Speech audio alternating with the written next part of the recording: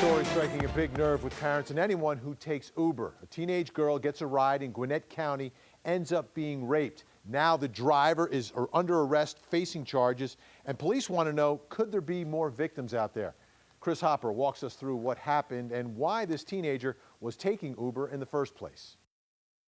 Gwinnett County Police believe that 16-year-old girl was raped somewhere along this stretch of South Norcross Tucker Road just before she was dropped off at this apartment complex. Police say she was banging on doors, screaming for help. Eventually, someone called 911.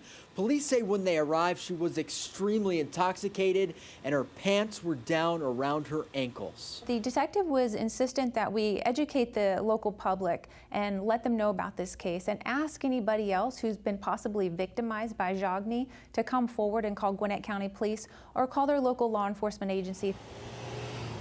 The girl told police she had been at a bar drinking. She said a friend called her an Uber. Police say 58-year-old Abduli Jagni of College Park is the one who picked her up and raped her a short time later.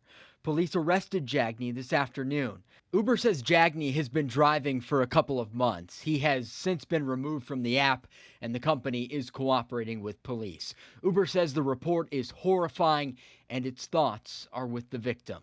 Uber drivers aren't supposed to give rides to anyone under 18, and they're allowed to ask for ID if they're not sure.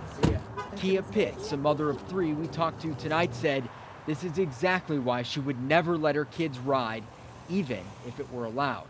We live in a different kind of world now. Maybe when I was growing up, maybe, but my kids know. You know, Chris, anytime you hear a story like this, makes you wonder, was this teenager the only alleged victim here?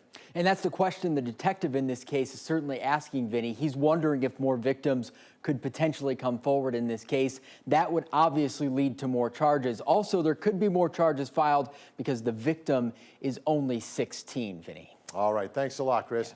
And you know, it's actually not very often that you hear about a story like this. We checked our archives and found usually we're reporting on Uber drivers being attacked. In fact, the only other passenger assault we've reported on this year was back in February when a pregnant woman says Uber driver Myra Graham attacked her and punched her in the stomach. Graham ended up being charged with aggravated assault. There were other unrelated assault charges, but those involved people posing as Uber drivers, not actual employees.